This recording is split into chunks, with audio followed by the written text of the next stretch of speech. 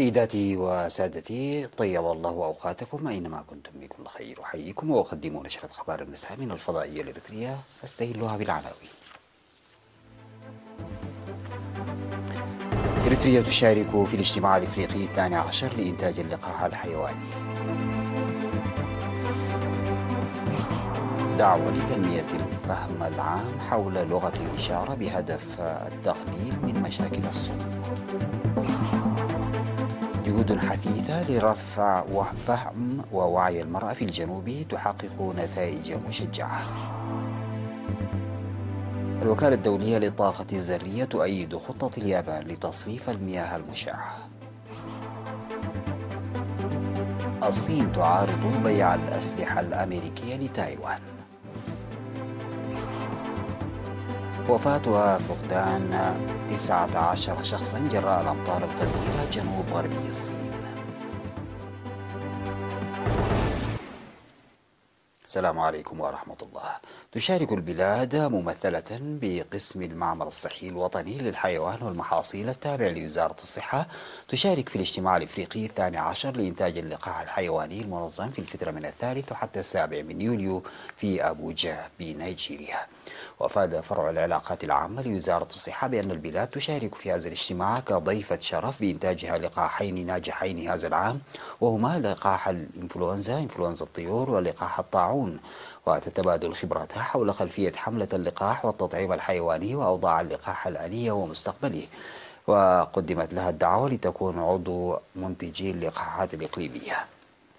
أوضح السيد مانييل مبرهتو مسؤول وحدة رقابة الإنتاج وجودة تلقيح الحيوان بالمعمل الوطني للصحة الحيوانية المشارك في هذا الاجتماع الإقليمي أن محور الاجتماع يرتكز على خلق بيئة صلبة للتنسيق بين أعضاء منتجي اللقاحات الحيوانية في شؤون إنتاج اللقاح ومعيار الكفاءة والسجلات والرقابة ومراجعة اللقاح.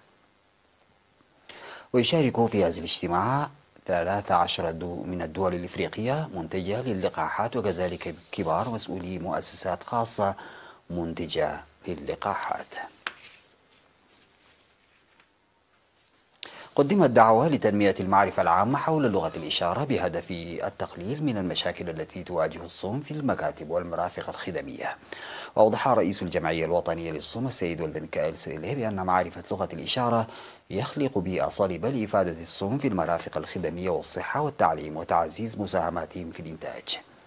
وأشار إلى أن رؤية الجمعية هي تطوير الصم وأسرهم الذين يدارون عبر دخلهم، ومفاد رسالتها هي تحسين مساهمة ومستقبل الصم وأسرهم، وأعرب عن أمنيته الكبيرة ليقوي ويفعل ارتقاء التعليم المقدم للصم خلال العام الماضي إلى المرحلة المتوسطة الرؤية والرسالة.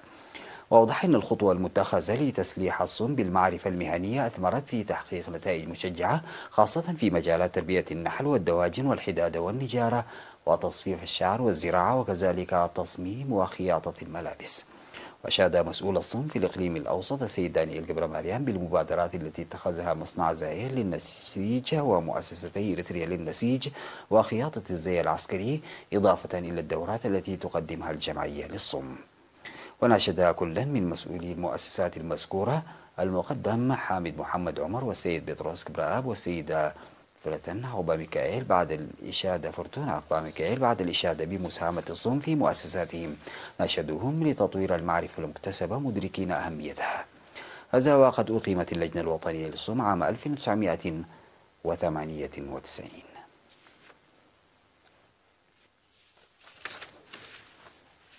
أفاد فرع المرأة في الجنوب في الاجتماع التقييمي الذي عقده في الفترة من 30 من يونيو المنصرم وحتى 1 من يوليو الجاري بأن الجهود المبذولة لرفع فهم ووعي المرأة حققت نتائج مشجعة. وأوضح في الاجتماع إن النصف الأول من العام 2023 شهد تنفيذ مهام واسعة لتوعية وتنظيم المرأة والحد من زواج القاصرات والختان، وكذلك تنظيم برامج تمهيدية وتوسيعية. وقالت مسؤولة الفرع سيدة سنايت أفورقي أن الجهود أثمرت عن تسجيل أكثر من 4000 عضوة جديدة، وأشادت بمشاركة الأمهات في تشجيع قوات الدفاع وتزيين فعاليات الاحتفالات الوطنية، داعية للمشاركة الفاعلة بهدف تنفيذ البرامج الموضوعة وإعادة القروض البالغة أكثر من 800 ألف نقفة وجمع مستحقات العضوات. وطالبنا المشاركات لتوسيع وتنمية الدورات المهنية والعمل بجدية لتنشئة وتسجيل عضوات جديدات. يضم فرع المرأة في الجنوب أكثر من 109 آلاف عضوة مسجلة.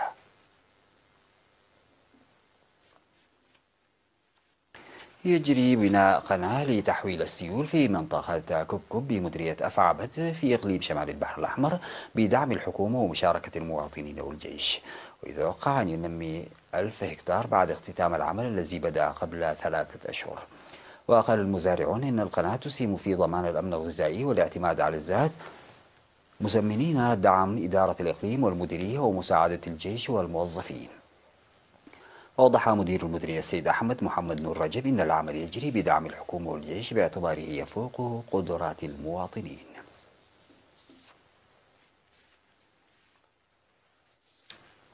استشهد المناضل يوسف كبراب قسم عضو شركة بادمة للإنشاءات والتنمية في 3 يوليو عن عمر بلغ 82 عاما إثر علة أصابته. التحق المناضل يوسف كبراب قسم بصفوف قوات التحرير الشعبي في عام 1974، وعمل قبل الاستقلال في القوات المقاتلة ومفوضية بناء جهاز الثروة المائية، وبعد الاستقلال في القسم الفني في كرن وأسمر وشركة دبوين للإنشاءات والتنمية. وهو مناضل خدم شعبه ووطنه بوفاء وإخلاص. المناضل يوسف كبراب قسمه رب أسرة وأب ل7 أبناء، وقد وري جثمانه الثرى منتصف 4 يوليو في مقبرة الشهداء في أسمرة. وأعربت شركة بادمة للإنشاءات والتنمية عن بالغ حزنها لاستشهاد المناضل يوسف كبراب، وقدمت أحر تعازيها لأسرته وزملائه ورفاقه.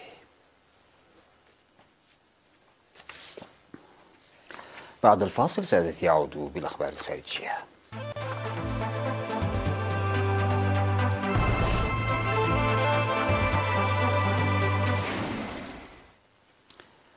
أكد رئيس الوكالة الدولية للطاقة الذرية رافائيل جروسي الثلاثاء أن خطة الحكومة اليابانية لتصريف مياه معالجة من محطة فوكوشيما في المحيط تفي بمعايير السلامة الدولية، وسيكون لها تأثير إشعاعي ضئيل. وأبلغ جروسي الحكومة اليابانية بهذا التقييم الذي أنجز في إطار الاختبار النهائي للوكالة الأممية للخطة اليابانية خلال زيارة إلى طوكيو تسبق بدء تصريف المياه هذا الصيف. وجاء في تقريرها أن الوكالة الدولية للطاقة الذرية توصلت إلى أن عملية وأنشطة تصريف المياه المعالجة تفي بمعايير السلامة الدولية المناسبة.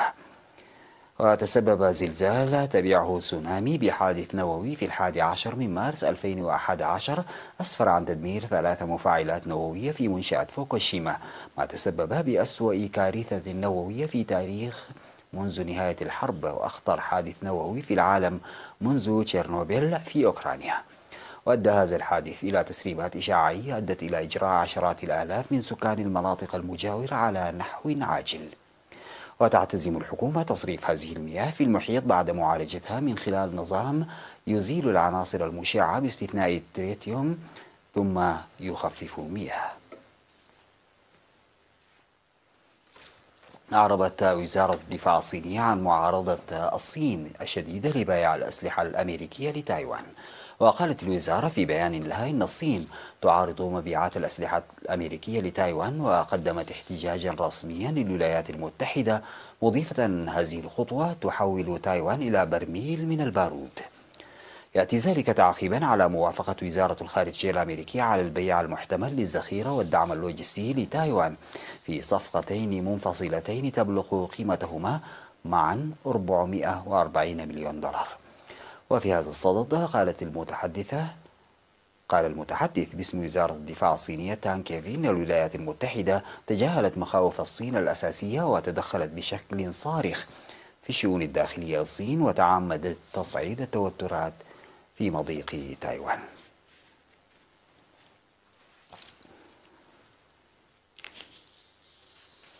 قالت السلطات المحلية في بلدية تشو نينغ تشينغ بجنوب غربي الصين إن آخر هطول الأمطار الغزيرة تسبب في وفاة 15 شخصا وفقدان 4 آخرين.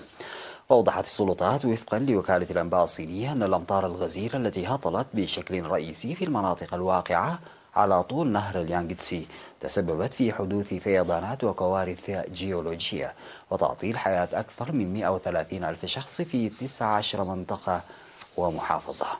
وأضافت أنه تضرر أكثر من 460 ألف شخص جراء الأمطار الغزيرة التي هطلت هذا الشهر على مقاطعة سيشوان جنوب غربي الصين، وفقا لما ذكره مقر السيطرة على الفيضانات والإغاثة من الجفاف في المقاطعة. وجرى إجلاء أكثر من 85 ألف شخص من السكان المحليين بالمقاطعة إلى أماكن آمنة كإجراء احترازي.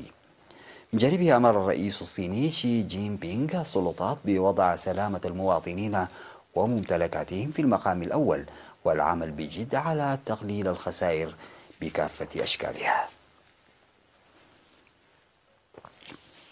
أفادت بيانات المراكز الوطنية الأمريكية للتنبؤ البيئي أن يوم الاثنين الثالث من يوليو 2023 كان أكثر الأيام سخونة على الإطلاق على مستوى العالم، ووصل متوسط درجة الحرارة العالمية إلى 17.01 درجة مئوية، متجاوزا الرقم القياسي المسجل في أغسطس 2016 البالغ 16.92 درجة مئوية، حيث اشتعلت موجات الحر في جميع أنحاء العالم.